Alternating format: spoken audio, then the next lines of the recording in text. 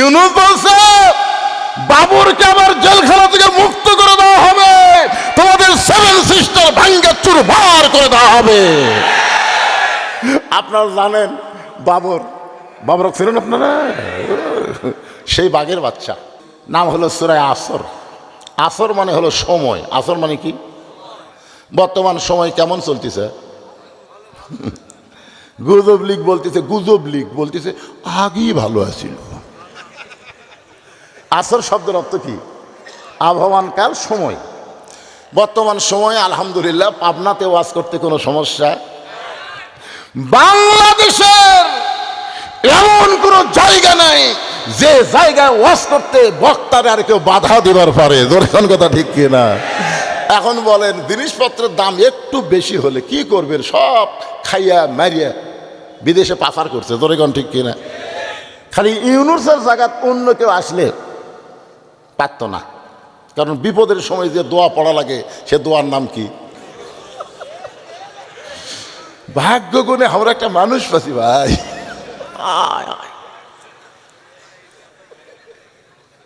যখন আমরা কঠিন বিপদে পড়বো দোয়া ইউনূসের আমল করা লাগবে। দর্শন কথা ঠিক কিনা? দোয়া ইউনূস পারেন আপনারা? লা ইলাহা ইল্লা আনতা সুবহানাকা ইন্নী কুনতু মিনাজ জালিমিন। খালি ইউনূস না বসে অন্য কেউ বসলে আজকে ভারতেরা যে ভাবলে আসছিল ব্রাহ্মণবাড়িয়ার কাছে, বুঝলেন? খালি ইউনূস কসে মোদি বুঝবার পারছে। হায় হায় বুড়া লোক কি কয় রে? ইউনূস বলছে বাবরকে আবার জেলখানা থেকে মুক্ত করে দেওয়া হবে, তোমাদের সেভেন সিস্টার ভাঙ্গে চুরমার করে দেওয়া হবে। আপনারা জানেন বাবর ছিলেন আপনারা, সেই বাঘের বাচ্চা। এখন মোদী সরকার নিজের দেশ নিয়েই টালমাটাল। বর্তমান সময় কেমন চলতেছে? আলহামদুলিল্লাহ। এই সময়ের কসম করে আল্লাহ বললেন ইন্নাল ইনসানা লাফি খুসর। ইন্না মানে নিশ্চয়, ইনসান মানে মানুষ, লাফি মানে ভিতরে, খুসরুন মানে ক্ষতি। নিশ্চয় মানুষগুলো ক্ষতির ভিতরে। আল্লাহর যত সৃষ্টি আছে, আমি কিন্তু খুব লম্বা ওয়াজ করবো না, আপনি একটু মনোযোগ দিয়ে শুনবেন। রাস্তার ধারে মাহফিল তো, এ বাদে বাদে গাড়ি যাওয়া আসা করা, সুন্দর একটা পরিবেশ আমরা যেন পাই, এই জন্য সবাই খেয়াল করবেন। আদর করে, যারা পারেন তারা আমার সাথে কন, আদর করে মানুষ আল্লাহ বানায়া কেমনে দিবেন ক্ষতির মধ্যে ফেলিয়া। আল্লাহর যত সৃষ্টি আছে সবচাইতে উত্তম সৃষ্টির নাম কি? এই মানুষকে আল্লাহ পরিচয় দেওয়ার জন্যে 4টা শপথ করছেন। ধরে কোন কয়টা? অতীন, অজাইতুন, অতুরি সিনিন, ওয়াহাজাল বালাদিল আমিন। এরপরে আল্লাহ বললেন লাকাদ খালাকনাল ইনসানা ফি আহসানি তাকবীর। আল্লাহ ইবলিসকে ডাক দিল, কে রে ইবলিস? এই আমার সব ফেরেশতা আদমকে সেজদা করলো, তুই করলি না কেন? ইবলিস বলতেছে আল্লাহ লক্ষ লক্ষ বছর আপনাকে সেজদা করছি, আপনি ছাড়া অন্য কাউকে সেজদা করতে আমার মন চায় না। আপনারা বলেন তো শয়তান কথাটা ভালো কথা না খারাপ কথা? খারাপ কেমনে হলো? হ্যাঁ, লক্ষ লক্ষ বছর আপনাকে সেজদা করেছি, আপনি ছাড়া অন্য কাউকে সেজদা করতে আমার ইচ্ছা হয় না। আল্লাহ বললেন ইবলিস, মুখে তোর ভালো কথা, ইল্লা ইবলিস আবা ওয়াস্তাকবার, ইবলিসের অন্তর অহংকার, এইটা কেউ না জানলেও আমার আল্লাহ জানি। তোর এখন কথা ঠিক কি না? বের হয়ে যা, আমার এরিয়া ছেড়ে বের হয়ে যা। ইবলিস বলতেছে আল্লাহ সবই তো আপনার, তাহলে আমি কোথায় যাব? আল্লাহ বলতেছে রহমাতি ওয়াসিয়াত কুল্লা শাইইন ফাসাকতুবুহা লিল্লাযিনা ইয়াত্তাকুন। আমার রহমতের এরিয়া, ক্ষমার এরিয়া, মাপের এরিয়া থেকে তুই বের হয়ে যা। মানে যতটুকু এরিয়ার মধ্যে আল্লাহ রহমত নাই, এই রহমতের বেড়াদা। টেবিলে যাওয়ার সময় বলতেছে আল্লাহ আপনি যখন যাবার করছেন আমাকে যাওয়াই লাগবে, কিন্তু আপনাকে এত লক্ষ বছর সেজদা করলাম আর আদমকে খালি একটা সেজদা করিনি। এই একটা সেজদা না করার কারণে আপনি এত গরম হলেন কেন? আল্লাহ ডাক দিল, ইবলিস আমি আল্লাহ আদমকে এত ভালোবাসি, আদমকে একটা সেজদা না দেওয়ার কারণে তোমার লক্ষ বছরের সেজদা বাতিল করেছি। সুবহানাল্লাহ বলেন না? আপনার মনে হয় বুঝবার পারেননি, পারছেন?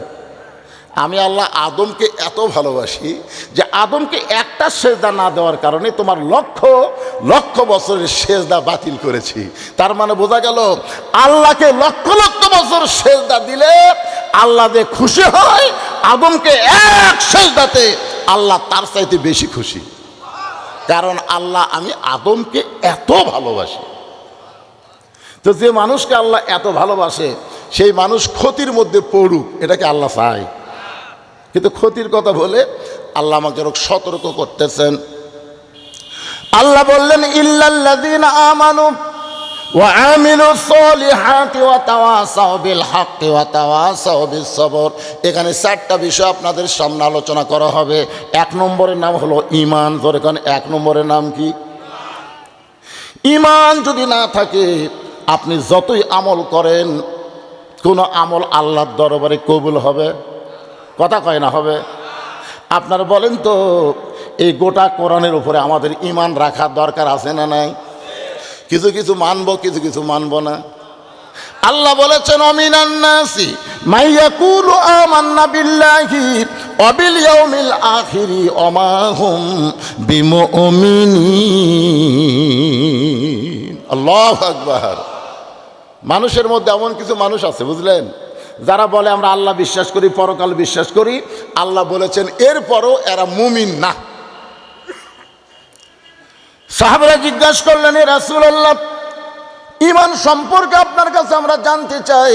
আল্লাহ নবী বললেন ইকরার বিল লিসান তাসদিক বিল জানান আমল বিল আরকান, এরই নাম হলো ঈমান। জবানে বলতে হবে লা ইলাহা, শুধু জবানে বললে হবে না, তাসদিক বিল জানান, এটা কলিজার মধ্যে জায়গা দেওয়া লাগবে।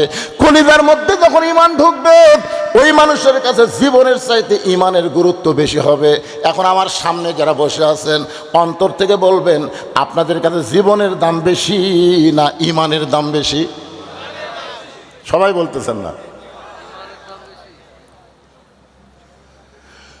দরকার হলে জীবন দিব কিন্তু বাতিলের কাছে আমরা ঈমান দিব না। জোরে কোন ঠিক কি না?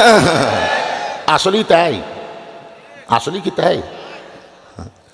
মুখে মুখে ভাই, কারণ মানুষের তৈরি আইন মানবেন আর জীবন দিয়ে ঈমান রক্ষা করবেন, এটা ভুয়া কথা। তাছাড়া হাসিনা 15.5 বছর কিভাবে ক্ষমতা থাকলো? মসজিদে যায় 2000 টাকার জুতা আর দরজার থই না, জুতা হাতের মধ্যে লেয়। মুয়াজ্জিন বলতেছে কার ভয়ে আল্লাহর ঘর ঢুকতেছেন? আল্লাহর ভয়ে। আল্লাহর ভয়ে তো জুতা কেন? তখন মুসকে মুসকে হাসে আর কয় চোরেরও ভয়। আসলে আমরা জীবনের চাইতে ঈমানের দাম দিতে পারবো কখন, সেই বিষয়টা সূরা আসর থেকে আমরা শুনবো। রাজি আছেন? ওটা বসা করলে খুবই কষ্ট হয়। এই যে আপনারা ওঠেন বসেন, কি পেশাব লাগে? হ্যাঁ পেশাব। শুধু কোরআনকে মহব্বত করে, কোরআনকে শুধু মহব্বত করে আপনি বসে থাকেন। কোরআন যদি যাবতীয় রোগের ঔষধ হয় তাহলে আপনার পেশাব বন্ধ কি কোরআন করে দিবার পারবে না? কোরআনের মহব্বতে বসেন, দেখবেন পেশাব জাতীয় কোনো ব্যারাম অন্তত আখেরি মোনাজাতের আগে আপনাদের লাগবেই না। আমার এলাকার এক লোক তবলিগে যায় না, আর একজন বলতে চ যাই, আমার যে ঘন ঘন পেশাব হয় ভাই রে, আমি যাওয়ার পারবো না। চ দেখি তো আল্লাহ কি করে। ওই যে আমির কাছে আমি সাহেব এই মাঝে মধ্যে যদি 1 লাখ তোলে আপনি যেন ছুটি দেন না, আর অক বলতেছে তোর যখনই পেশাব লাগবে তখনই। আমিরও কষে ছুটি যান দেন না, আর অক কষে 1 লাখ তুলবি তাহলে ছুটি। ও আর সেদিন দায়িত্ব পড়ছে ভাত পাক করার। ওই এখন কিছুক্ষণ পর বয়ান সাথে সাথে আমি বস বস, আবার বলছে আমিরের কথা মানা লাগবে, না মানলে কিন্তু আল্লাহ তো কবুল করবি না। ওই 3-4 বার তুলিছে 1 লোক, প্রত্যেকবার বস। তখনই বলতেছে আজকে আমাকে এমন সিটারি করে নিয়ে এসে ভাত পাক করতেছে, পেশাব দরকার মসজিদের মধ্যে কর্মরে।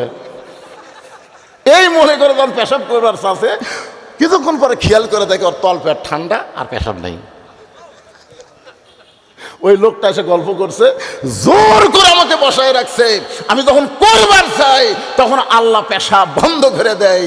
আজকে কোরআনের মহব্বতে বসেন, কোরআন যদি আল্লাহর বাণী হয় আর সেই কোরআন আমরা শুনবো সূরা আসরের আলোচনা, ইনশাআল্লাহ পেশাব লাগবে না। জোরে কোন কথা ঠিক কিনা? তবে মহব্বত নিয়ে বসা লাগবে ভাই। 1 নম্বর ঈমান। ঈমানকে ব্যাখ্যা করতে গিয়ে 3টা কথা বলেছেন। শেষ কথা হলো আমল বিল আরকান, ঈমান অনুযায়ী আমল করা লাগবে। ঈমান অনুযায়ী যখন আমল করতে যাব, আল্লাহর যত হুকুম আছে ঈমানকে রক্ষা করার 1 নম্বর হুকুম হলো নামাজ। জোরে বলেন নাম কি? আরো জোরে, জোরসে বলুন। আচ্ছা, যেই যুবকেরা আজকে এই মাহফিল করতেছে এরা কি সবাই মাগরিব এশা নামাজ পড়ছে? পড়ছে? মাশাআল্লাহ।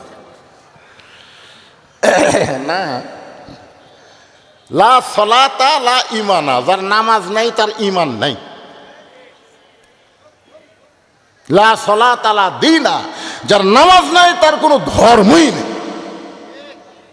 বাইনাল আবদি ওয়াল কুফরি তরকুস সালাত, বান্দা কাফেরের মধ্যে পৃথক করার জিনিসটার নামই হলো নামাজ। মসজিদের উন্নয়ন মানে মসজিদ 3 তলা 4 তলা করা না, মসজিদের উন্নয়ন হলো মুসল্লি কালেকশন করা। জোরে কোন কথা ঠিক কিনা? কি হবে এত বড় মসজিদ দিয়া মুসল্লি যদি 1 কাতারি না হয়? কি ভাবতেছেন? 2 তলা করে কি হবে? তাই হুজুর জুমার দিনে মানুষ আঁটে না হুজুর, এত মুসল্লি হয় 2 তলাই লাগবে। তো ফজরের খবর কি? ওই 1 কাতারে হয় না। আপনাদের কাছে আমার প্রশ্ন হলো, নামাজের ভিতরে ফজরের দাম বেশি না জুমার দাম বেশি?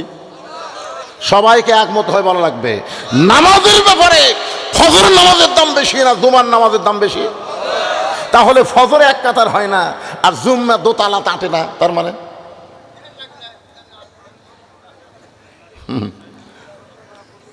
লাইলাতুল মেরাজে আল্লাহ তাআলা নবীকে 5 ওয়াক্ত নামাজ দিছে আল্লাহর আরশে, আর জুমার নামাজ দিছে মদিনা যখন রাসূল রাষ্ট্র ঘোষণা করেছেন এরপরে জুমার নামাজ আইছে।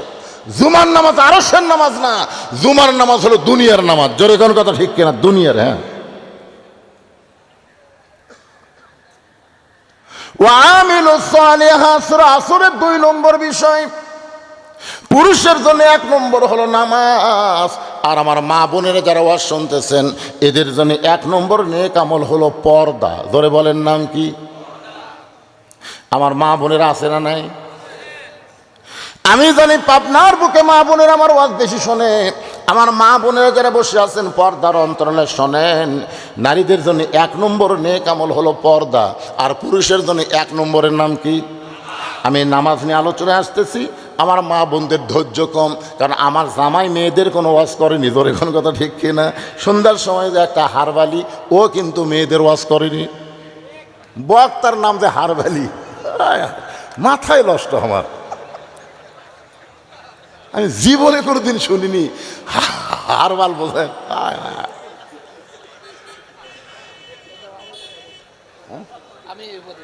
ও যাই হোক, আমার মায়েদের ধৈর্য কম না বেশি? কথা বেশি। একটু মনোযোগ দিয়ে শুনবেন আমার মায়েরা যারা পর্দার অন্তরালে শোনেন। আল্লাহ কোরআন কারিমে বলেছেন, ওয়াকরনা ফি বুয়ুতিকুন্না ওয়ালা তাবাররাজনা তাবাররুজাল জাহিলিয়াতিল উলা। আল্লাহু আকবার। রাসূল ফাতেমাকে ডাক দিয়ে বলেন, ফাতেমা তুমি নবীর মেয়ে হওয়ার কারণে আল্লাহ তোমাকে জান্নাত দিবে, এই কথা যেন কখনো মনে করো না। ফাতেমা বলতেছে, বাবা আমি তো বিশ্বাস করি আমার বাবা হলো বিশ্বনবী, এই বিশ্বনবীর মেয়ে হওয়ার কারণে আল্লাহ আমাকে জান্নাত দিবে। রাসূল বলে, ফাতেমা জান্নাতে যদি যাবার চাও তাহলে জান্নাতের আমল করে জান্নাতে যেতে হবে। ফাতেমা বললেন, বাবা মেয়েদের আমল কয়টা? রাসূল বললেন, 1 নম্বর হলো পর্দা। 24 ঘন্টায় পর্দা করতে হবে। নামাজ 24 ঘন্টায় 5 বার আদায় করলে চলবে। রমজান বছরে 1 মাস আদায় করলে হবে। আর স্বামীর খেদমত যখন চাই স্বামী তখন করা লাগবে। কিন্তু পর্দাটা এটা মাঝে মধ্যে করলে হবে না, এটা সব সময় করা লাগবে। সঙ্গে সঙ্গে ফাতেমা মাথায় ঘোমটা দিয়ে বললেন, বাবা এই মুহূর্তে আপনাকে সাক্ষী রেখে আমি পর্দার ভিতরে ঢুকে গেলাম। কিছুদিন পর আল্লাহ নবী বললেন, ফাতেমা আল্লাহ পাকের পক্ষ থেকে আল্লাহ ঘোষণা করেছেন, সাইদাতুন নিসায়ে আহলুল জান্নাহ ফাতেমাতুজ জোহরা। ও ফাতেমা শুধুমাত্র পর্দার আমল করার কারণে আল্লাহ তোমাকে জান্নাতি নারীদের নেত্রী বানাইছে।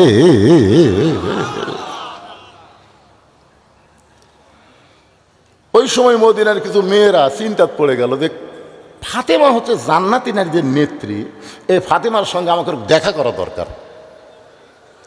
কতকগুলো মেয়ে দল বেঁধে ফাতেমার বাড়িতে আসলেন। এসে দেখে ফাতেমার দরজা বন্ধ। যখন কি বন্ধ?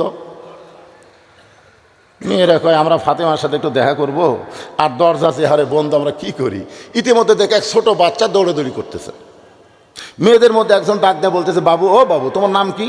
বলে, আমার নাম হলো হোসাইন ইবনে আলী। বুঝতে পারতেছ কার সন্তান? বুঝতে পারেননি? হোসাইন ইবনে আলী। মেয়েরা বুঝতে পারছে এইটাই তো ফাতেমার ছেলে।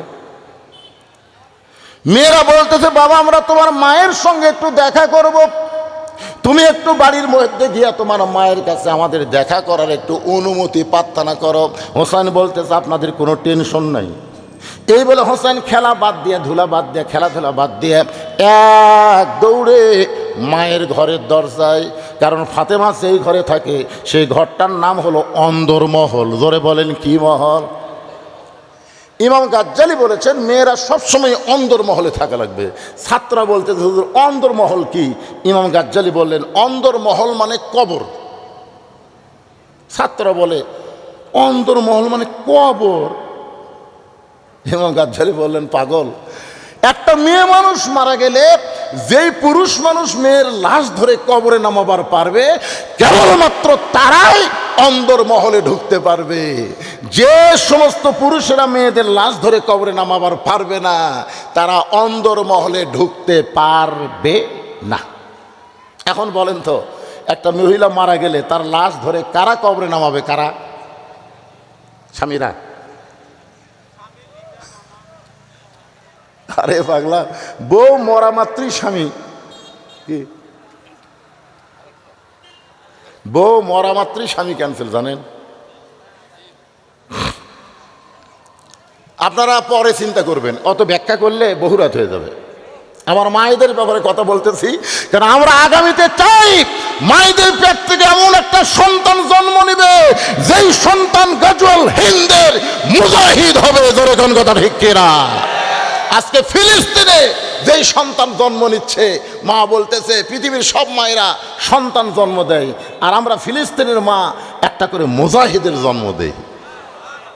আপনি মালওয়ানের বিরুদ্ধে যুদ্ধ করবেন এই পানিসা করে গলিয়া, যারা ভারতের হিন্দি সিনেমা দেখে শাহরুখ খান তাদের কলজা হয়, এই শালা করে গলিয়া যুদ্ধ করবেন? এগুলো সব বাতিল করে আমরা নতুন জেনারেশন চাই। জোরে কোন কথা বলেন? যতই মুখে মুখে হলুক, যুদ্ধের ফটাস শুনলে ওরা পিছন দিকে পড়ে যাবি, তাকে দেখবেন একজন নাই। কি শুনছেন? আলেম ওলামা যেখানে, আলেম ওলামা জেলখানায় আছে।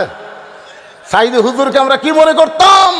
50 বছরের কোরআনের পাখি, তাকে জেলখানায় বন্দি রাখলে জেলের তালা ভাঙ্গা তাকে বার করা হবে। জোরে কোন কথা ঠিক কিনা?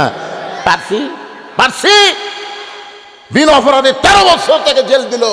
ভারত ইশারা করলো, জেলের মধ্যে হুজুর টকটকা হচ্ছে, দিন দিন সাইজ কমলা লেবুর মতন হচ্ছে, মরে না তো। তখন হাসিনা কয় কি করা লাগবে, বলে জেলের থেকে বাড়ি করে জনগণকে ধোকা দেওয়ার জন্য হাসপাতাল নিয়ে যাও, ওটি।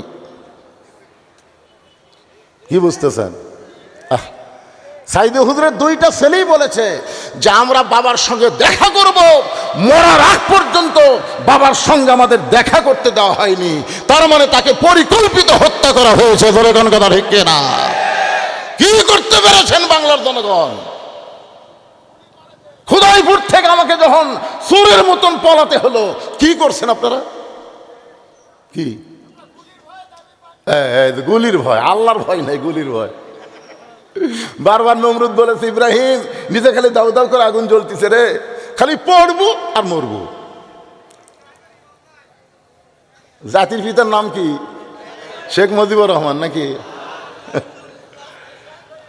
মিল্লাতা আবিকুম ইব্রাহিম ওয়া সাম্মাকুমুল মুসলিমিন। হোসেন যেই মাত্র মায়ের ঘরের দরজায়, ওই ঘরের মধ্যে একটা ঘর টপকায়া মায়ের ঘরের দরজায় গেছে, ওই ঘরের মধ্যে হযরত আলী আল্লাহর কোরআন তেলাওয়াত করতেছে। কে কোরআন তেলাওয়াত করতেছে? হযরত আলী কোরআন তেলাওয়াত করতেছে। বাবার দিকে কোনো খেয়াল না করে হোসাইন এক দৌড়ে মায়ের ঘরের দরজায়, সঙ্গে সঙ্গে হযরত আলী কোরআন তেলাওয়াত বন্ধ করে দিচ্ছে। বন্ধ করে দিয়ে বলতে চাই, হোসেন এই বাইরে খেলাধুলা করতেছিলি, এই খেলাধুলা বাদ দেয় মায়ের ঘরের দরজা কেন? এখানে আপনারা কি বুঝলেন? আপনি যতই কোরআন তেলাওয়াত করেন, আপনার সন্তানেরা কি করতেছে আপনার খেয়াল করার দরকার আছে না নাই? যেখানে আছে না নাই? আপনি নামাজ পড়েন, আপনি কোরআন পড়েন, আপনি ইসলামের দল করেন, কিন্তু আপনার পাটাগুলো, আপনার মেয়েগুলা কি করতেছে বাবা হিসাব আপনার খেয়াল করার দরকার আছে না নাই? ধরে করা আছে না নাই? হ্যাঁ, খেয়াল করা লাগবে তো। আপনার ছেলের 22 বছর বয়স হয়ে গেল, ওই আর্জেন্টিনার খেলা দেখে 3টা পর্যন্ত, আর ফজরের সময় ওই নাই। বাপ মসজিদে যাওয়ার সময় জানলাতে তাকে দেখে, কে রে, পাও নাই মাথাও নাই, মানে আজান সরার সাথে সাথে ল্যাপ টানা মাথার উপর দিচ্ছে, পাও বাইরে হবে, এই জন্য পাও টেনে বুকের সাথে ঠেকাছে, মনে হয় চাউলের বস্তা ঠেকাতে হচ্ছে। 3টা পর্যন্ত তুমি মেসি মেসি করে চিল্লাচিল্লি করলে, আর আজান শুনে তুমি নাই। বাপের খেয়াল করার দরকার আছে না নাই? জোরে কোন আছে না? জানলা দিয়ে খেয়াল করছে, পাও নাই মাথাও নাই, আস্তে করে ঘরের মধ্যে ঢুকছে, ঢুকে বিলাই যেরকম ইন্দুর ধরে, বুঝলেন, ওই রকম ল্যাপ টান্দা দেখে, ওরে বাবা রে, সকালবেলায় সাইড টিপের কুত্তে ল্যাপের মধ্যে শুয়ে আছে, ল্যাপের মধ্যে শোয়ার সাইজ আর সকালবেলা সাইড টিপে কুত্তার সাইজ একই সাইজ। তো আপনার বেটা কুত্তে হোক, আপনারা চাবেন? 3টা পর্যন্ত খেলা দেখলি, কিভাবে মেসি গোল করে সব তুই কভার পারলি, আর সালাতু খায়রুন নাম শোনার সাথে সাথে তুই ঘুমে গেলি। ছেলেকে ওযু করে যদি মসজিদে নিয়ে যাওয়ার পারেন, ছেলের সঙ্গে কাতারবদ্ধ হয়ে যদি নামাজ আদায় করেন, ফেরেশতারা বলে আল্লাহ বাপ বেটার খবর কি? আল্লাহ বলতেছে বাবার নামাজ কায়েম করার কারণে বাপ বেটা দুইটাই একসঙ্গে জান্নাতি। হযরত আলী কোরআন তেলাওয়াত করতেছেন, কিন্তু কোরআন তেলাওয়াত করতে গিয়ে দেখে হোসেন যে কামটা করছে, খেলাধুলা বাদ দেয় মায়ের ঘরের দরজায়। হোসেন খেলাধুলা বাদ দেয় মায়ের ঘরের দরজায় কেন আইলা? বলে বাবা কতগুলো মেয়ে মানুষ দরজার দাঁড়িয়ে আছে, তারা আমার মায়ের সঙ্গে দেখা করবে, আমার মা তাদের সঙ্গে দেখা করবে কি করবে না এ ব্যাপারে মায়ের অনুমতি চাই। হযরত আলী বললেন তোর বয়স কত? তুই যে দৌড়ে এসে মায়ের ঘরে ঢুকতে চাচ্ছিস, তোর বয়স কত? হোসেন বলতেছে আমার বয়স তো আপনি ভালো জানেন, কিন্তু যখনই 3 বছরের বাচ্চা হবে, রাসূল বলেছেন 3 বছরের বাচ্চা ঘর চেতন থাকা অবস্থায় তুমি তোমার হালাল বউকেও আদর করবার পারবা না, কারণ যদি আদর করো ওই বেড়া এসে বলতে পারে আব্বা তাই মাছ চাপায় ধরছিল।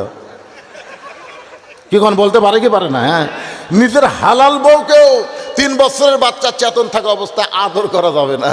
আর তোমরা কলেজে পার্কে কুত্তের মতন জোড়া লেগে প্রেম করতেছ।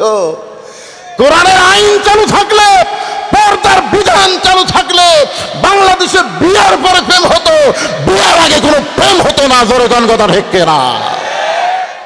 বিয়ার পরে প্রেম হবি বইয়ের সাথে, আর শালারা বিয়ে না করে সব টেস্ট করতেছে। মনে কষ্ট নিয়েন না। হযরত আলী বললেন, তোমার বয়স হলো 4.5 বছর। এই 4.5 বছরের বাচ্চা যখন তখন মায়ের ঘরে ঢুকতে পারবে না, মায়ের ঘরে ঢুকতে অনুমতি লাগবে। মেয়েটা যখন বড় হবে তখন বাবা যদি মেয়ের ঘরে ঢুকতে চায় মেয়ের অনুমতি লাগবে। জোরে কোন কথা ঠিক কি না? আল্লাহ আমাকে 3টা মেয়ে দিছে। মনে করেন না যে 3টা মেয়ে দিছে বলে আমার মন খারাপ। আমার মন খারাপ না, কিন্তু একটু বলি। 2 এক ওয়াজে আপনার ক্যাসেটে শোনা কেন, হুজুর ছেলে নাই রে, 3টা মেয়েতে হুজুরের মন খুবই খারাপ রে। আমার মন খারাপ না ভাই, এটা আপনাকে বলি। কারো যদি ছেলে না থাকে আফসোস করেন না। আমার 3টা মেয়ে ঘরের মধ্যে ঢুকে যখন একজন আমার পায়ের লোক টানে, একজন মাথার চুল টানে, তখন আমি বুঝবার পারি এরা কিছু লিবেরাচ্ছে, সরাসরি কয় না। আমি বললাম, মা মনে হয় তোমাকে টাকার দরকার, যদি আপনি বোঝেন। তখন 3 জন 300 দেয়, ওরা লড়ে না। আমি বললাম, মা টাকা কি আরও লাগবে? সেটা আপনার বিবেচনা। তখন আরও 100 করে দেই, দিয়ে যখন ওরা লড়তেছে না, দাঁড়াচ্ছে, কী রে মা তোরা যাস না কেন? যদি আপনি বোঝেন। এবার বলতেছে যদি আপনি বোঝেন। তখন 3 জনকে আবার 300 দিয়ে দিলাম, ওরা খুশি হয়ে চলে গেল। আমি বললাম, কে রে, আমার মেয়েরা এভাবে আমার কাছ থেকে টাকা চাই, আমার তো ছেলে নাই। যদি ছেলে থাকতো তাহলে কীভাবে চাইতো? একটা ছেলেওয়ালার কাছে আমার জানা দরকার। তা আমার বড় ভাইয়ের ছেলে মেয়ে 2টাই আছে। আর বড় ভাইকে বললাম, ভাই আপনার ছেলে যখন টাকা চাই তখন কীভাবে চাই? আর বড় ভাই বলতেছে, শালার লাগবে 100, চাই 1000।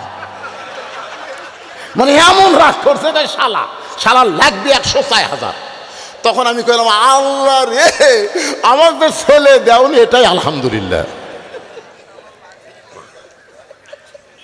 একটু মনোযোগ দিয়ে শুনবেন। মেয়ে যখন বড় হবে তখন মেয়ের ঘরে ঢুকতে বাবার অনুমতি লাগবে। জোহরের নামাজের পরে আল্লাহ নবী ফাতেমার ঘরে ঢুকতে চায়। ফাতেমা বললেন, বাবা আপনি যদিও ঢুকতে চান কিন্তু আমি দরজা খুলে দেওয়ার পারবো না। রাসূল বলে, ফাতেমা কি জন্যে? বলে, বাবা আমার পরনে এমন একটা কাপড় আছে যে কাপড় পরে আপনার জন্য দরজা খুলতে আমার বড় লজ্জা হয়। নবী চলে গেলে আসরের নামাজের পর আল্লাহ নবী বললেন, ফাতেমা সকাল থেকে তোর মুখটা না দেখে আমার বড় কষ্ট হয়, ও মা একটু দরজা খুলে দে। ফাতেমা বলতেছে, বাবা আপনার ফাতেমা বড় হয়েছে, আপনার বুঝি মনে নাই? যদি কাপড় উপর দিকে তুলি নিচের দিকে যে আমার বের হয়ে যায়, নিচের নামাইতে গেলে উপরে ঠিক মতো ঢাকে না। ও বাবা আমি পর্দানিশী ফাতেমা, আপনার জন্য দরজা খুলতে পারবো না। সঙ্গে সঙ্গে আল্লাহ নবী এক টানে গায়ের চাদর খুলে জানলার কাছে গিয়ে বলে, ফাতেমা রে, এই চাদর পরে তুই আমার জন্য দরজা খুলে দে। নবীর গায়ের চাদর পরে ফাতেমা যখন দরজা খুলে দেয়, নবী তাকায় দেখে ফাতেমার 2 চোখ দিয়ে দর দর করে পানি পড়তেছে। রাসূল বলে, ফাতেমা এমন করে কান্দার কারণ? ফাতেমা বলে, বাবা এমন একটা গরিবের সঙ্গে আমার বিয়ে দিয়েছেন বাবা, যেই গরিব আমাকে সুন্দর করে কাপড় কিনে দেওয়ারও ক্ষমতা রাখে না। সঙ্গে সঙ্গে নবী ডাক দেয়, বলে, ফাতেমা আমার আলীর বিরুদ্ধে কিছুই বলবি না, কারণ আলী তোকে বিয়ে করে নাই, স্বয়ং আল্লাহ ঘটকালি করে ওই আলীকে বান্দা সমূহের ভিতরে পছন্দ করে তোর সঙ্গে বিবাহ হয়েছে। মা তুই 33 বার সুবহানাল্লাহ, 33 বার আলহামদুলিল্লাহ, 34 বার আল্লাহু আকবার আমল কর। বাল তুসিরুনাল হায়াতাদ দুনিয়া ওয়াল আখিরাতু খায়রু ওয়া বাকা। এই দুনিয়ার কষ্ট কষ্ট না, আল্লাহ তোর আখিরাতকে সুন্দর করে সাজায় দেবে। আলী বললেন, আয় আয় আমার কাছে আয়। হোসেন বাবার কাছে গেছে। আলী বলতেছেন, ধর ধর। তো হোসেন বলতেছে, দেন। সুবহানাল্লাহ কবেন না? হযরত আলী 4.5 বছরের ছেলেকে বলতেছে, ধর। কি ধর? আর হোসেন বলতেছে, দেন। দেখছেন? আর আপনার পাটা কন্ত, ধর। তখন কবি আমার শরীর পাক নেই, ওই পেশাব করে পানি দেয় না, ওই ধরে পারবি? লা ইয়ামাসসুহু ইল্লাল মুতাহহারুন। ততক্ষণ পর্যন্ত কোরআন ধরতে পারবা না যখন তুমি পবিত্র না হবা। ধরে কোন কথা ঠিক কিনা? যেই মাত্র হযরত আলী বলছেন ধর, সঙ্গে সঙ্গে হোসেন বলতেছে দেন। জোহরের 4 রাকাত ফরজ নামাজের প্রথম রাকাতের প্রথম সেজদায় নবী 3 বার সুবহান রাব্বিয়াল আলা তেলাওয়াত করলেন, সেজদা থেকে মাথা তুললেন। দ্বিতীয় সেজদাত গেলেন নবী 100 বারের বেশি সুবহান রাব্বিয়াল আলা সাহাবীরা পড়ে, কিন্তু নবী সেজদা থেকে মাথা তোলে না। প্রত্যেকটা সাহাবী মাথা সেজদা দিয়ে চিন্তা করে, কে রে হুজুরের কি হলো। যাই হোক, পরের রাকাত ঠিক আছে, তৃতীয় রাকাত ঠিক, চতুর্থ রাকাত ঠিক। নামাজে যখন সালাম ফেরালো, ওমর ফারুক সাহস করে বললেন, হুজুর প্রথম রাকাতের প্রথম সেজদা ঠিক, কিন্তু দ্বিতীয় সেজদা এত লম্বা দিলেন। আল্লাহ রাসূল বললেন, পবিত্র পবিত্র হোসাইন আমি যখন সেজদায় ছিলাম আমার পিঠের উপর চড়িছে। পবিত্র, জোরে কোন কি পবিত্র, পবিত্র হোসাইন আমার পিঠের উপর চড়ছে। আমি নামাজ পড়া অবস্থায় ওকে নামাবার চাই। নামাজের মালিক আল্লাহ বলে, হাবিব যতক্ষণ আপনার পিঠে ওই পবিত্র থাকবে আপনি ততক্ষণ সেজদা থেকে মাথা তুলবেন না। কারণ ফাতেমা এমন 2 সন্তানের জন্ম দিছে ভাই, যারা দুনিয়াতে আসাই পবিত্র হয়ে গেছে। ধরে কারণ সুবহানাল্লাহ। হযরত আলী হোসেনের হাতে আল্লাহর কোরআন দিয়ে এবার ফাতেমার ঘরের দরজায়, আপনারা বলেন তো, মেয়ে বড় হলে বাবা ঢুকতে গেলে অনুমতি লাগবে মেয়ের, আবার যদি ছেলে বড় হয় মায়ের ঘরে ঢুকতে গেলে মায়ের অনুমতি লাগবে, কিন্তু স্বামী যদি বউয়ের ঘরে ঢুকতে চায় তাহলে কি অনুমতি লাগবে? কেন লাগবে না? লাগবে না, জানে বললে হবি না তো। আল্লাহ কোরআনে বলেছেন, হুন্না লিবাসুল লাকুম ওয়া আনতুম লিবাসুল লাহুন্না। স্বামী হলো বিবির পোশাক, বিবি হলো স্বামীর পোশাক। এখানে স্বামী যখন তখন বউয়ের ঘরে ঢুকতে পারবে, কোনো অনুমতি লাগবে লাগবে না। হযরত আলী দরজা খুলে ঘরের মধ্যে ঢুইকা দেখে, অন্দর মহলে ঢুইকা দেখে ফাতেমা বাম হাতে জাতা ঘুরায় আর ডান হাতে আল্লাহর কোরআন তেলাওয়াত করতেছে। দরজা খুলে ভিতরে ঢুকে দেখতেছে বাম হাতে ফাতেমা জাতা ঘুরাই আর ডান হাতে আল্লাহর কোরআন তেলাওয়াত করতেছে। এই দৃশ্য দেখার সঙ্গে সঙ্গে হযরত আলী জবান ফসকা বের হয়ে গেছে, জবান ফসকা বের হয়ে গেছে, রব্বানা আতিনা ফিদ দুনিয়া হাসানাতাও ওয়া ফিল আখিরাতি হাসানা ওয়া কিনা আযাবান্নার।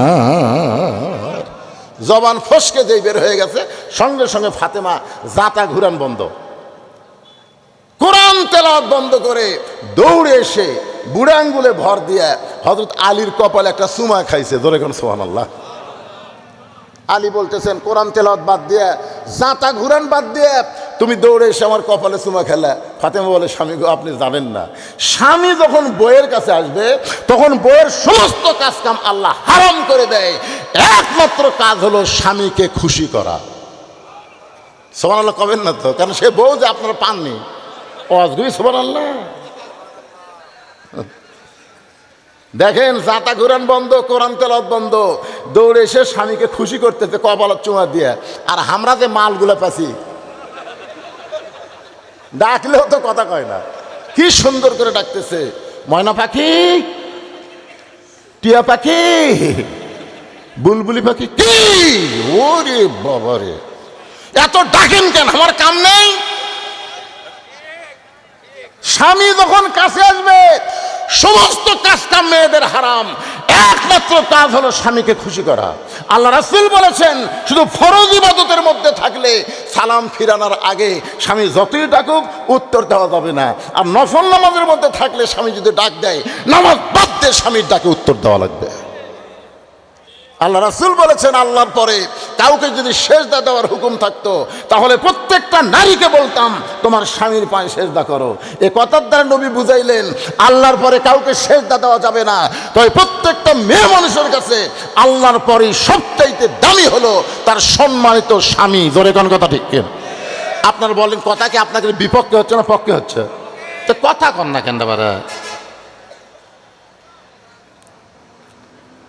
ফাতেমা যেই মাত্র হযরত আলীর কপালে চুমা খাইছে, আলী বলতেছেন, ফাতেমা তাহলে জাতা ঘুরান বন্ধ, কোরআন তেলাওয়াত বন্ধ। আমার কপালে যখন চুমা খাইলেন আমিও তোমার কপালে একটা চুমা খাই।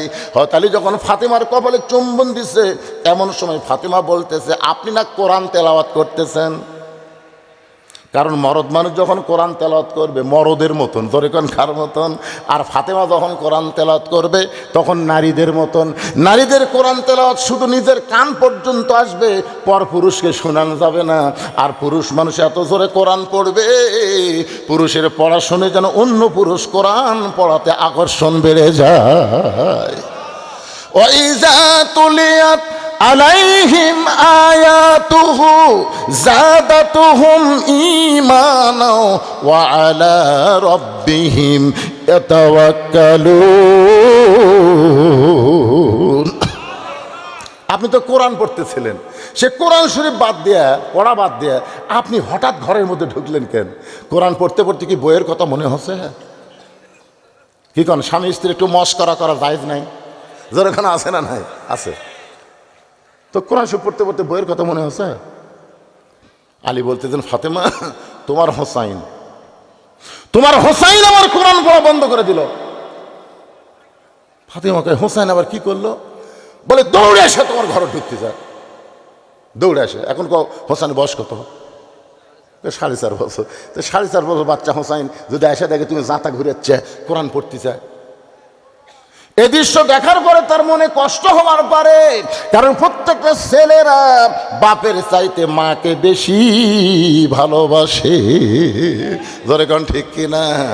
ছেলেরা কিন্তু বাপের চাইতে মাকে বেশি ভালোবাসে, আর মেয়েরা কিন্তু মায়ের চাইতে বাবাকে বেশি ভালোবাসে। বিশ্বাস করতেছেন না, তাই না? মেয়েরা মায়ের চাইতে বাবাকে বেশি ভালোবাসে, আর ছেলেরা বাপের চাইতে মাকে বেশি ভালোবাসে। আর কতগুলো বাপ দেখবেন হজর যাওয়ার সময় সব জমি ছেলে দিয়া, রাস্তার ধারের যে জমি কেউ নেয় না, আবাদ হয় না, যে ওটা মেয়েক দিছে। মেয়েক দিয়ে বলতেছে, বাবা তোমার ভাইক দিছে আমি 2 বিঘা, আর তোমাকে 8 শতক দিলাম, মা হজ করবে যাচ্ছি, দোয়া করো। মেয়ে কান্দের বলে, আল্লাহ আমার বাবার হজ কবুল করো আল্লাহ। মেয়ে যে আমার জমির কি দরকার আব্বা, রাস্তার ধারে আবাদ হয় না। কিন্তু কিছুদিন পর ওই রাস্তা তখন সিএমবি হচ্ছে ভাই, ওই জমি এখন 3 লাখ টাকা শতক। ওর ভাই কয়, আব্বা ও ভালো জায়গা দিয়ে আমাকে খারাপ জায়গা দিচ্ছে। রে পাগলা, তোকে আবাদি জমি দিছে রে, ওটা তো আবাদ হয় না, এখন 3 লাখ টাকা শতক। আমি তখন হজ করবার যাচ্ছিলাম, তুই দোয়া করছো? আমার মেয়ে দোয়া করছে, এই জন্য আল্লাহর দাম বেড়ে দিছে। তোর কেন সুবহানাল্লাহ। ঠকাবার পারবে না ভাই, যতই চেষ্টা করো মেয়ের আসলে ঠকি না, ওরা সবসময় বাপ মার ভালো চায়। ধরে কোন কথা ঠিক কিনা? হযরত আলী বলতেছেন, এই মুহূর্তে হোসেনের হাতে আল্লাহর কোরআন দিয়েছি। ফাতেমা বলে, ওই বাবা মা সবচাইতে বড় ভাগ্যবান যারা মাসুম বাচ্চার হাতে থাকবে আল্লাহর কোরআন। সুবহানাল্লাহ কন না কেন? ফাতেমা বলতেছে, ওই বাবা মা সবচাইতে বড় ভাগ্যবান যারা মাসুম বাচ্চার হাতে কি থাকবে। আপনাকে মাসুম বাচ্চার হাতে কি আছে? শরম লাগতেছে না? আচ্ছা, আপনি তো বাপ হয়ে আপনার ছেলে মোবাইল দিচ্ছেন, আপনি মরে গেলে মালটা কি করবি? একটাবার খেয়াল করে দেখেন তো বাবা। এই মাদ্রাসার বাচ্চারা দেখেন, আর ঘুমও পারেনি, উঠতেওছে না। সুবহানাল্লাহ। এই বাচ্চারা মাসুম বাচ্চা। এই মাসুম বাচ্চার হাতে কোরআন শরীফ দিলে লাভটা কি? আমি নিজের চোখে দেখেছি, আমার মাদ্রাসা আছে, নিজের চোখে আমি দেখছি। ছেলেটার নাম হলো আব্দুল্লাহ। ওই সকালবেলা পেশাব করে যায় খালি। আমি মাদ্রাসার মহতামে বললাম, পেশাবখানা যা কাশতেছে, পেশাবের দুর্গন্ধর মুখটা ভিতরে ঢুকতেছে, এক কাশের সিরাপ খেলেন। তো মহতামে আমার কয়, হুজুর এটা আসল কাশ না। না আসল কাশ না, কি খাস? বার হোক। ও যখন পানি খরচ করে বার হলো, কে রে আব্দুল্লাহ, কাশিস কে রে? হুজুর, ওই ব্যক্তির কবরে সবচাইতে বেশি আযাব হবে যে পেশাব থেকে পবিত্র হয় না। আর মাথায় হাত। 6.5 বছরের বাচ্চা বলতেছে, ওই ব্যক্তির কবরে সবচাইতে বেশি আযাব হবে যে পেশাব থেকে পবিত্র হয় না। আমি বললাম, তাহলে কাশার সাথে সম্পর্ক কি? কয়, হুজুর পেশাব যখন শেষ হলো আমার মন বলতেছে যদি আটকে থাকে ললের মধ্যে, যদি ওর নাম তো লল, দেখেন ভদ্র কি। আর আমাকে প্রাইমারিটা কি কবি, আল্লাহ ভালো লাগে, নাম তো লল। ললের মধ্যে যদি কিছু আটকা থাকে, এই জন্য আমি লোকদের দিকে সামান্য বার হয়েছে, আমার মনে হয় আরও আছে, আর একবার কাজদের দিকে আর বাড়াইনি, আমি পানি খরচ করলাম। এখন কি করবি আব্দুল্লাহ? বলে ওযু করব।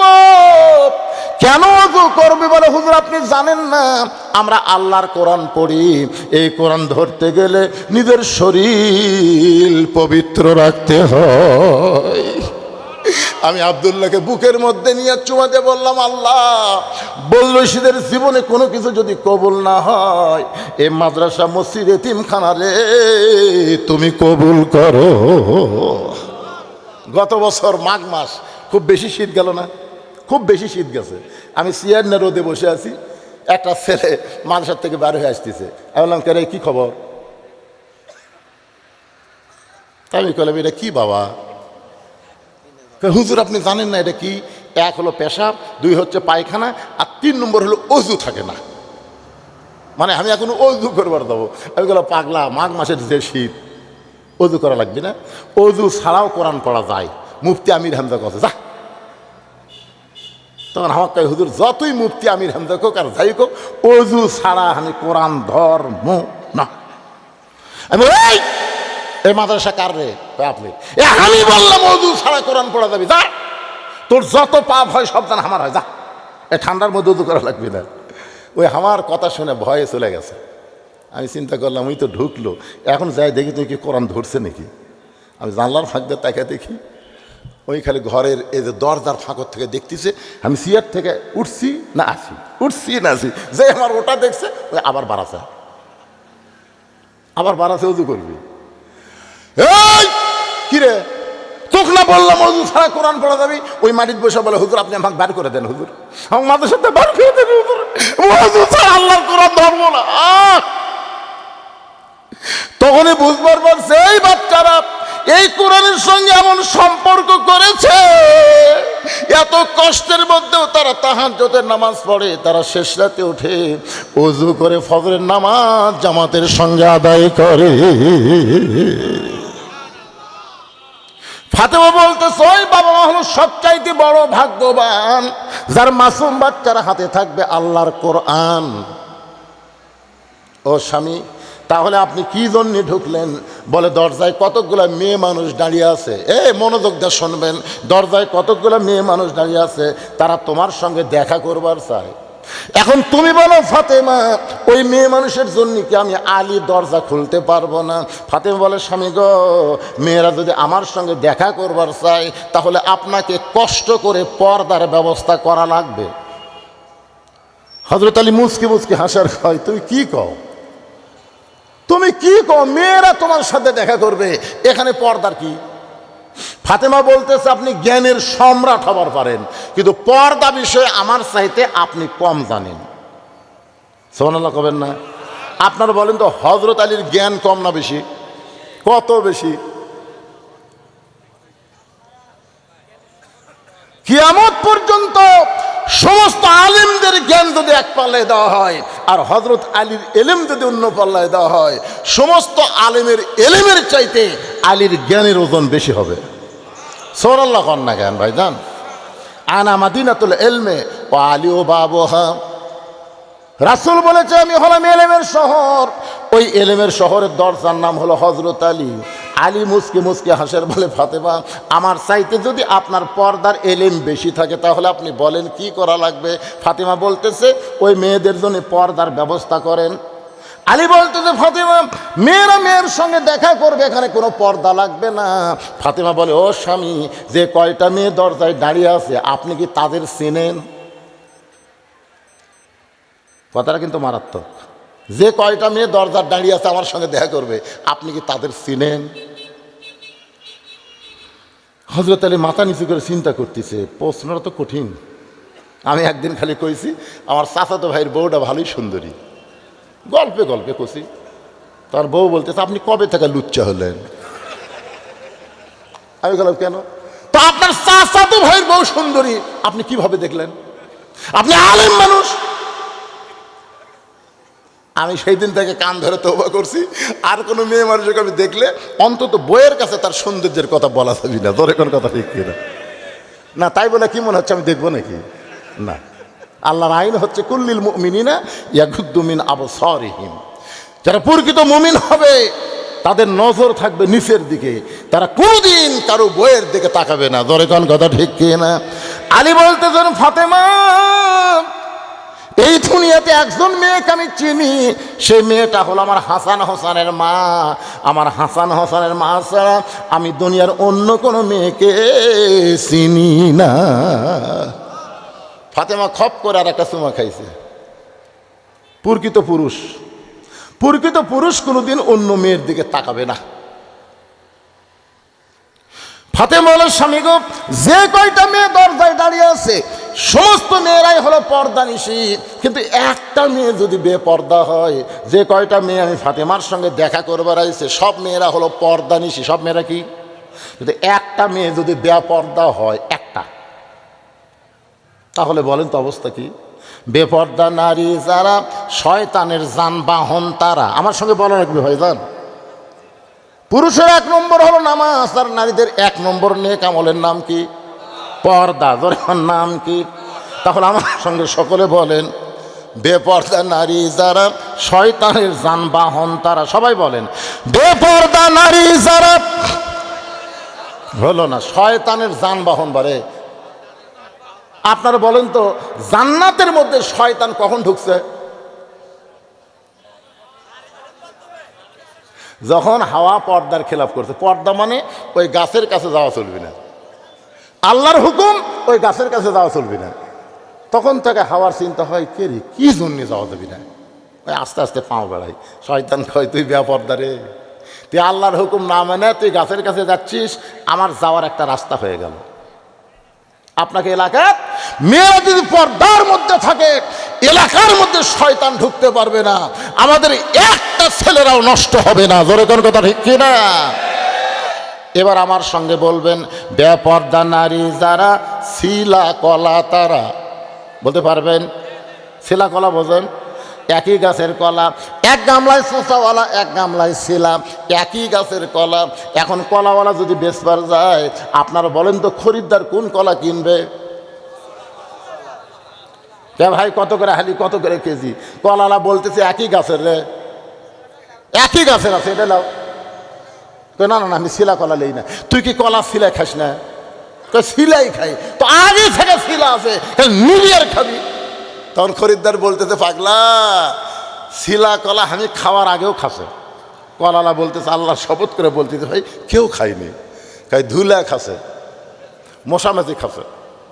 এই কলার উপর এখন ব্যাকটেরিয়া হচ্ছে, কারণ যদি উপর পর্দা না থাকে এই কলার খাওয়ার উপযুক্ত থাকে না।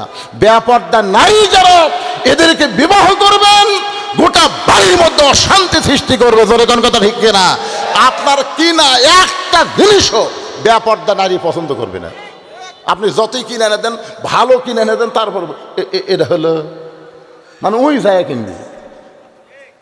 যে ঘরের মধ্যে বেপর্দা নারী আছে, ওই ঘরের ছেলেরা বাপ মাকে পুরাপুরিভাবে হক আদায় করতে পারতেছে। কথা কন না কেন? পারতেছেন? আপনি একটু দেখেন খেয়াল করে, শাশুড়ি আছে এখন বইয়ের সামনে বসে বলতেছে, আম্মা আম্মা আমি বাজারে যাচ্ছি, আপনি ডাব খাবেন না গ্লুকোজ খাবেন? দেখছেন কি সুন্দর কথা। বউ বলতেছে, আমার মাও দুটাই খায়, ডাবও খায় গ্লুকোজও খায়।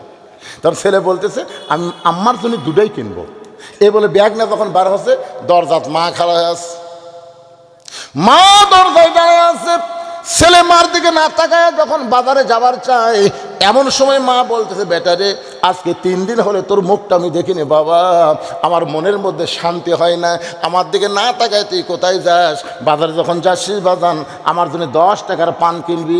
ছেলে বলতেছে, এই জন্যই তো তাকাই না, খালি খাই খাই খাই খাই করো। শাশুড়ির জন্য ডাবগুলো কুচ কিনবে, ছেলে কিন্তু কিছুই কয় না। আর মার জন্য 10 টাকার পান কিনবে, এই জন্য ছেলে বলতেছে খাই খাই হয়। যে ছেলে এত ভালো ছিল, সেই ছেলে কেমন করে নষ্ট কে করলো? কথা বল না, কে করলো? বেপর্দা নারী যারা শয়তানের যানবাহন তারা, বেপর্দা নারী যারা শিলা কলা তারা।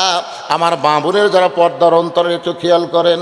ফাতেমা বলে, স্বামী গো, একটা যদি বেপর্দা নারী থাকে, ওই মেয়েটা যদি এই সমস্ত মেয়েদের সঙ্গে এসে আমাকে সরাসরি দেখতে পায়, বাইরে যদি কোনো পুরুষের কাছে বলে ফাতেমার চোখের সাইজ এইরকম, ফাতেমার নাকের সাইজ এইরকম, ফাতেমার গায়ের রং এইরকম, এতদিন ধরে যেই ফাতেমা পর্দার মধ্যে থাকলো, একটা বেপর্দা নারী ফাতেমাকে দেখার সঙ্গে সঙ্গে ফাতেমার চেহারা পর পুরুষের কাছে প্রকাশ হয়ে গেল। ওগো স্বামী, আপনি কি চান আপনার ফাতেমা বেপর্দা নারী দেখে পর পুরুষের সামনে যাক? যে ফাতেমা হলো পর্দানিশী, এমন পর্দানিশীর আগে আপনাদের ওয়াজ শুনাইছি ভাইজান, গভীর রাত্রে ফাতেমার মৃত্যু হবে। মৃত্যু হওয়ার সাথে সাথে তার জন্য আলীর 3টা ওসিয়ত হলো। 1 নম্বর, রাতের অন্ধকারই তাকে দাফন করা লাগবে। 2 নম্বর ওসিয়ত হলো তার কোনো জানাজার ব্যবস্থা করা যাবে না। 3 নম্বর ওসিয়ত হলো তার লাশটা খাট নিতে তোলা যাবে না। ওই জান্নাতুল বাকির পূর্ব কোণায় সবুজ রঙের একটা বাতি জ্বলবে, ওই বাতি বরাবর ফাতেমাকে দাফন করা লাগবে।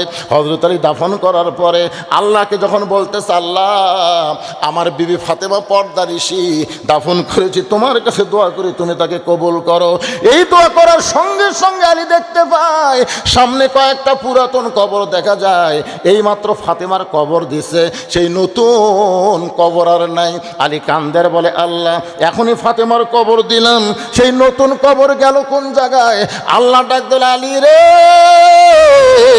ফাতেমা পর্দানিশী, আমি আল্লাহ জোহরা ডিগ্রি দিয়া ফাতেমার কবরটাকে কিয়ামত পর্যন্ত পর্দা করে দিয়েছি। পুরুষের 1 নম্বর হলো নামাজ, আর নারীদের 1 নম্বর হলো পর্দা। ওয়া আমিলুস সলিহাত। সূরা আসরের 3 নম্বর বিষয় হচ্ছে ওয়াতাওয়াসাউ বিল হক। মারাত্মক ওয়াজ কিন্তু এখন শুরু হবে। ওয়াতাওয়াসাউ বিল হক, আজিজুল হক নাম শুনছেন? আজিজুল, যিনি বুখারী শরীফের বাংলা অনুবাদ করলেন। আল্লামা মামুনুল হকের বাপের নাম কি? এ কথা কয় না। আজিজুল হক, মামুনুল হক, কুলজাল হক ওয়া যাহাকাল বাতিল ইন্নাল বাতিলা কানা যাহুকা। শায়েখ আহমদুল্লাহ এত কথা বলে, আজ পর্যন্ত তাকে একদিনের জন্য জেল দেয়নি। ধরে কোন কথা ঠিক কিনা? শায়েখ আব্দুর রাজ্জাক এত ফেতনা বাজালো, এখন পর্যন্ত তাকে একদিনের জেল দিল না। চরমনায় পীর সাহেব এত কথা কয়, আয় আয়, একটা কর্মী পর্যন্ত জেলত যায় না। আমাকে একজন কয়, হুজুর চরমনার পীর সাহেব হাসিনার এত বিরুদ্ধে কয়, হাসিনা কিছুই কয় না কেন? আমি বললাম, হাসান হোসেন হসে রে, হাসান হোসেন। হাসান হোসেন নানার দাড়ি টানে, টুপি ফেলে দেয়, নানা আবার আদর করে, লাঠি দেয়। এরা হচ্ছে বাতিল সরকারের লাঠি রে। ধরে কোন কথা ঠিক না? আমি কিন্তু একটা হক কথা করলাম, বোঝেন বোঝেন না বোঝেন না বোঝেন, হকের ওয়াজ শুরু হলো। এরপরে থাকবে ওয়াতাওয়াসাউ বিস সাবর। সূরা আসর কমপ্লিট করে আমরা এখান থেকে বিদায় নেব। আপনারা কি রাজি আছেন? এখন বাজতেছে 12:15, দরকার হলে 12:30 পর্যন্ত আমরা থাকি না। এটা একটা ধারণার মধ্যে আমি শেষ করে দিব। 2-1 লোক লড়াচড়া করতেছে, তো মানুষের একটা সারাদিন ব্যবসা বাণিজ্য করছেন, আপনারা শহরের মানুষ, আরামের একটু ঘুমের দরকার। আমি এখানে মাগরিবের পরপরই পৌঁছে গেছি। আমার একটা আশা ছিল যে আমি 10টার মধ্যে ট্রেনে যাবো। রাসেলের কাছে আমি বলছিলাম যে বাবা 10টায় দিবা, 12টা পর্যন্ত ওয়াজ হবে। কিন্তু যাই হোক, আমার জামাই আজকে সেই রকম ওয়াজ করছে, ঠিক কিনা বলেন? আমি ঘরের থেকে চিন্তা করতেছি, কে রে জামাইটা আমার না কার রে। আজকে আমি ওয়াজ শুনে আমার কলজায় ফুলে উঠছে যে আমি আপাতত রিটার্ন নিলেও আমার জামাই চলাবার পারবে। ধরে কোন কথা ঠিক? বিশ্বাস করেন ভাই, অসংখ্য রোগ আমাকে ধরছে এই হাসিনার আমলে, বহু রোগ। আমার কিডনির সমস্যা, আমার হার্টের সমস্যা, আমার ডায়াবেটিস কোনো নিয়ন্ত্রণ নেই, আমার গোটা দেহ চামড়ার মধ্যে পছন্দ ধরে গেছে। যতদিন এ দেহে জীবন থাকবে হক কথা বলবো, হক পথে চলবো। সবচাইতে হক কথা হলো আল্লাহর কোরআনের কথা। প্রয়োজনে কোরআনের দল আমরা সবাই করব। রাজি আছেন? কারা কারা 2 হাত তুলে আল্লাহকে দেখান। লিল্লাহি তাকবীর। বলেন একটু মনোযোগ দিয়ে শুনবেন। হাত নামান। অতাওয়াসাউ বিস-সবর, ওয়াতাওয়াসাউ বিস-সবর। হক পথে চলতে গেলে, হক পথে চলতে গেলে, হক কথা বলতে গেলে নানা রকম বিপদ আপদ মুসিবত হবে, আর এই মুসিবতের মধ্যে আমাদেরকে ধৈর্য ধারণ করা লাগবে। হুকুম কার? আরও জোরে বলেন, হুকুম কার? এখন একটা দৃষ্টান্ত দিই আপনাদের। একটু গরম পানি দাও, এটা ঠান্ডা হয়ে গেছে। চাল হয়, চাল হয়, হ্যাঁ গরম পানি। আমি চা খেলে মানুষের কাছে ওয়াদা খেলাফ হবে। আমি বলেছি বালিহালটে, আমি বলেছি বাংলা বাজার, আমি খোদাইপুর, সব জায়গায় বলেছি, এখানেও বলেছি যে আমি সেই দিন চা খাবো যেদিন সবাই এক কাপ করে পাবে। এই জন্য আমি আপাতত চা খাচ্ছি না, গরম পানি খাচ্ছি। খালি রং সাদা থাকলে হবে। যাও। ওয়াতাওয়াসাউ বিস-সবরের ওপর একটা দৃষ্টান্ত কই। বিরক্ত হচ্ছেন? এক লোকের দুটা মহিষ আছে। কয়টা? সকালবেলা বের করবার গেছে, বের করবে যায় দেখে একটা খাড়া হয়ে আছে, খাড়া। তো খাড়া মহিষটাকে টানে টানে বের করছে। এখন দ্বিতীয়টা যায় দেখে শুতে আছে, শুয়ে আছে। আসলে শুয়ে নাই, ওই মহিষটা মরে গেছে। মহিষটা কি হয়েছে? মরে গেছে। এখন ওই দড়ি ধরে টানতিছে। আপনি বলেন তো, মরা মহিষ বাড়াবি? জেতাটা বের হবে, কিন্তু মরাটা ওই লিজি লড়ে, কিন্তু মোষ লড়ে না। চিন্তা করতেছে কি করি। তখন আল্লাহ বলতেছেন, ওমান আহসানু কাওলাম মিম্মান দাআ ইলাল্লাহ। ওই ব্যক্তির চাইতে উত্তম কোনো ব্যক্তি নাই যে মানুষকে দাওয়াত দেয়। ওই তখন এই পাড়ার যে কয়টা গরিব মানুষ ছিল তাকে জানলার যে ডাকতেছে, ভাই ভাই রে, আমার একটা মোষ মরে আছে গোয়াল ঘরের মধ্যে, তোরা একটা আয় ভাই, আমার মরা মোষ আমি বের করতে পারতেছি না, তোরকে সাহায্য চাই। তো জনগণ বলতেছে, কয়েকদিন আগে তোমার বেটার বিয়ে হলো, সেই বিয়ের মধ্যে তুমি কাক দাওয়াত দিছে? খালি ধনী ধনী মেম্বার চেয়ারম্যান দাওয়াত দিছে, তার তো দাওয়াত দিয়ে মোষ বের করো। আজ যে মোষ মরছে, বেটার বিয়ে আমরা মাইনাস, আর মোষ মরার সময় আমরা প্লাস। বহুদিন তুমি কইছো গরিবের বন্ধু, সমাজ সেবক, জনদরদি, আর সেই দিন নাই। এখন 24 সালের বাংলাদেশ, জোরে কোন ঠিক কিনা ভাই? যা ওই চেয়ারম্যান ডাক দে, মেম্বার ডাক দে, বেটার বিয়ে যার খুব দাওয়াত দিছিস। এখন মোষ হলো চিন্তা করে, বেটার বিয়ে তোরা দাওয়াত খাচ্ছে, এখন মোষ বার করার দাওয়াত এরা খাবি? যদি বলে চেয়ারম্যান সাহেব আমার গোয়াল ঘরে একটা মোষ মরছে, আপনি আসেন তো, চেয়ারম্যান আসবি না চল মারবি? ও এখন চলে আসছে মহিষের কাছে, আসে বলতেছে, ইয়া আইয়ুহাল্লাযীনা আমানু ইসতাঈনু বিস-সাবরি ওয়াস-সালাহ ইন্নাল্লাহা মা'আস-সাবিরিন। কোনো বান্দা যখন বিপদ আপদ মুসিবতে চাইতে হবে কার কাছে? কিসের মাধ্যমে? ধৈর্য আর নামাজের মাধ্যমে। ওই মরা মহিষের কাছে যায় নামাজ বিছাছে। যখন কি বিছাছে? 2 রাকাত নামাজ পড়ে আল্লাহকে বলতেছে, আল্লাহ মোষটা মারছো মারছো, আল্লাহ মোষটা পচায় না, এই মোষের মালিক তুমি আল্লাহ, এই মোষের মালিক তুমি আল্লাহ, মোষটা মারছো মারছো, মোষটা পচায় না। 2 কান্দের ফেরেশতা বলতেছে, আল্লাহ এই মোষের মালিক তোমাকে দিচ্ছে, আর জেতাটা কি হচ্ছে? এই যে দোয়া করতেছে, এই মোষের মালিক তুমি আল্লাহ, তার মানে মরাটা তোমাকে দিছে, জেতাটা উই দিছে। বলা লাগতো সব মহিষের মালিক তুমি আল্লাহ, জোরে কথা কন না কেন? সব মহিষের মালিককে, কিন্তু ওই দোয়ার মধ্যেও ক্যাপাসিটি করতেছে, এই মরাটার মালিক তুমি আল্লাহ, মারছো মারছো, মোষটা পছায় না। আস্তে আস্তে মোষ ফুলতিছে ফুলতিছে। আপনার কোন তো ওর দোয়া কবুল হচ্ছে? আজকে আমরা বাংলাদেশে হাসিনার জন্য বহু গড় দোয়া করছি, আওয়ামী লীগ মরে গেলে কেউ ইন্নালিল্লাহ কইনি, আলহামদুলিল্লাহ বলে শুকুর আদায় করছি, জোরে কোন কথা ঠিক কিনা? তারপরও বিএনপি পারল না, জামাত পারল না। এই ছাত্র জনতার জীবনের বিনিময়ে বাংলাদেশ আবার নতুন করে স্বাধীন হলো, জোরে কোন কথা ঠিক? কথা বলেন। ওয়াতাওয়াসাউ বিস-সবর, এই আয়াতটা বোঝানোর জন্য আমি আপনাদের বলতেছি, ভাই একটু মনোযোগ দিবেন।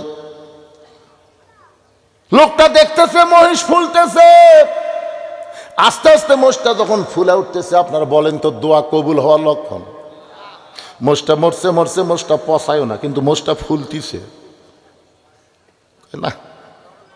দোয়া দিয়ে কাম হবি না, যে হারে ফুলতিছে এখনই ফেটে গেলে এই বাড়িতে আর থাকা যাবে না, এই গোয়াল ঘরে পচা মহিষের দুর্গন্ধে আমার বাড়ি ছাড়া লাগবে। এখন এই মুহূর্তে আমার যে কাজ কাম, লিমা তাকুলু মা লা তাফালুন, আমার কথার সাথে কাজের মিল নাই। এই মুহূর্তে আমাদেরকে তৌবা করা লাগবে। জোরে কোন কথা ঠিক কিনা? কি করা লাগবে? তৌবা। আল্লাহ আল্লাহ, বেটার বিয়াতে আমি ধনী করে দাওয়াত দিছি, আল্লাহ গরিবক দেইনি, মোষ বার করার জন্য গরিব আসলো না। আল্লাহ, আমার মতো মুনাফিক কে আছে? আল্লাহ আল্লাহ, আমি নামাজ পড়ে খালি বলছি এই মোষের মালিক তুমি। আল্লাহ, বেতাটা আমি দিছি, মরাটা তোমাকে দিছি। আল্লাহ আল্লাহ, আমি মারাত্মক ভুল করেছি। আল্লাহ, আমি তওবা করতেছি। আল্লাহ, সব কিছু তোমার, এই মুহূর্তে আমার জীবনটাও তোমার। আস্তাগফিরুল্লাহ আস্তাগফিরুল্লাহ। তওবা করা চোখের পানি যখন কান্দে, তখন আল্লাহ কয় রে, তুই যখন আমার কাছে ফিরে আসলি, সব দল বাদ দেয়, তুই যখন আল্লাহর দলের কর্মী হয়ে গেলি, তুই মরা মহিষের কারণে বাড়ি কেন ছাড়বি? তুই আমার, তোর দায়িত্ব আমার। ধরে খান সুবহানাল্লাহ। চিন্তা পড়ছে কি করা যায়। আল্লাহ বলতেছে শোন, মানুষ মরে গেলে তুই কি করিস? তো বলতেছে আল্লাহ কবর দেই। তো মোষ মরে গেছে কি করব? তাই তো, কেন মোষ তুই টানে পারতিস না? যে ঘরের মধ্যে মোষ মরে আছে, তোর কোদাল নাই আছে, তো মোষের কাছে একটা গর্ত কর, মোষ যত বড় তার ডবল কবর কর। কবর করতে করতে মোষের তলের দিকে আস্তে আস্তে চলে আসবে। আসার পরে যখন কবর খড়া হবি, তোর লাঠি নাই, তোকে আসে কই মোষের মধ্যে লাঠিতে ঠেলা মার। যেই ঠেলা মারছে গর্তের মধ্যে পড়েছে, আল্লাহ কয় মাটি দিয়ে, আমরা হাসি না আপাতত, মাটি দিয়ে কি মরা মহিষকে আমরা কবর দিয়েছি। এই মুহূর্তে আমাদের কাজ কি?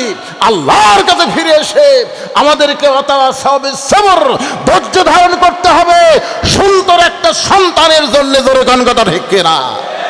মা ধৈর্য ধারণ করে, প্রসব বেদনাতে জীবন যাওয়ার উপকরণ, এক সময় অধৈর্য হয়ে বলে মরে যাবো, বিষ খাবো, এই জীবন আর রাখবো না।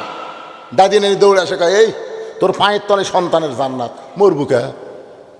তুই জানিস বাপের পায়ের তলে সন্তানের জান্নাত না, পাগলি মায়ের পায়ের তলে। চল ঘরত, জোর করে ধাক্কা ঘরত নিয়ে যায়, বিছানা শুয়ে নরম পানির মধ্যে, গরম ঠান্ডা পানির মধ্যে নরম কাপড় চুবড়াইয়া নাতনির কপালে দেয়, ধৈর্য ধর, অথবা সবিস সবর, ধৈর্য ধর। প্রসব বেদনা যখন প্রকট হারে শুরু হয়ে গেল, দাদি নানি বলতেছে ধৈর্য ধর, তুই যদি মা হওয়ার চাস এই কষ্ট তোকে সহ্য করা লাগবে।